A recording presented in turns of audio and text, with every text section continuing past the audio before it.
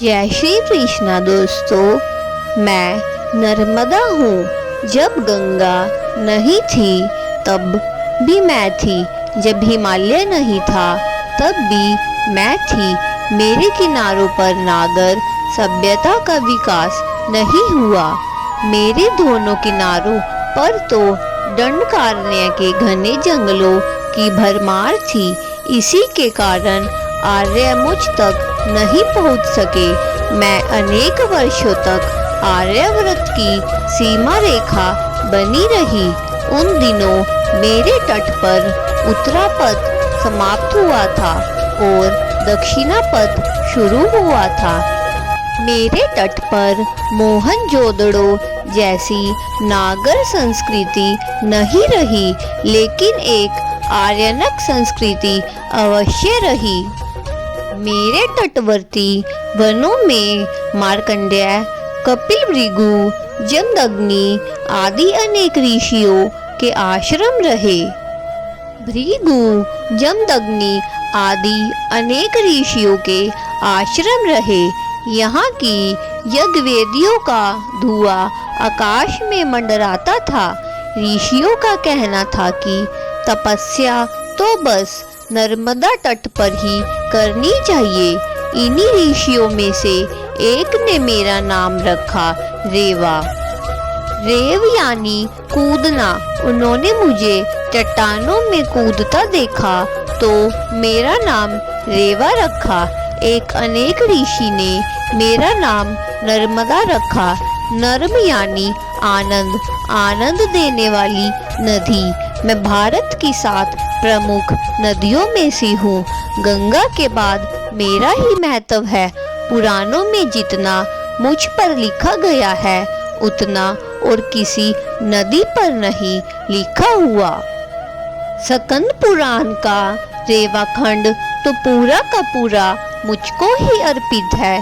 पुराण कहते हैं कि जो पुण्य गंगा में स्नान करने से मिलता है वह मेरे दर्शन मात्र से ही मिल जाता है। मेरा जन्म अमरकंटक में हुआ। मैं पश्चिम की ओर बहती हूँ। मेरा परवाह आधार चट्टानी भूमि है। मेरे तट पर आदिम जातियाँ निवास करती है। जीवन में मैंने सदा कड़ा संघर्ष किया। मैं एक हूँ पर मेरे रूप अनेक है।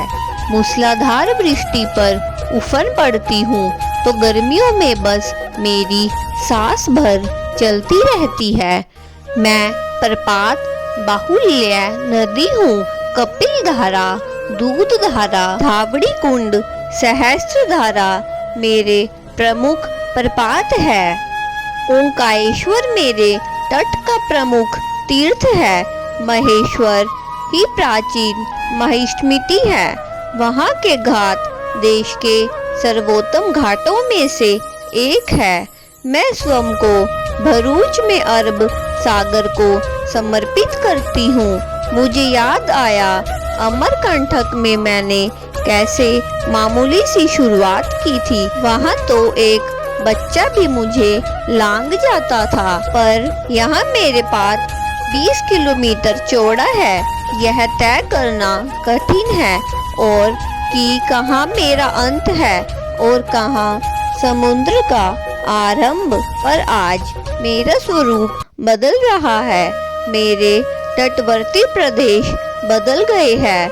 मुझ पर कोई बांध बांधे जा रहे हैं। मेरे लिए यह कष्टप्रद तो है जब अकालग्रस्त भूखे प्यासे लोगों को पानी, चारे के लिए तड़पते पशुओं को, बंजर पड़े खेतों को देखती हूँ तो मन रो पड़ता है। आखिर मैं माँ ही हूँ। मुझ पर बने बांध इन आवश्यकताओं को पूरा करेंगे। अब धरती की प्यास बुझेगी। मैं धरती को सुजला सुफला बनाऊंगी। यह कार्य मुझे एक आंतरिक संतोष देता है। तवदीय पाद पंजम नमामि देवी नर्मदे। धन्यवाद दोस्तों।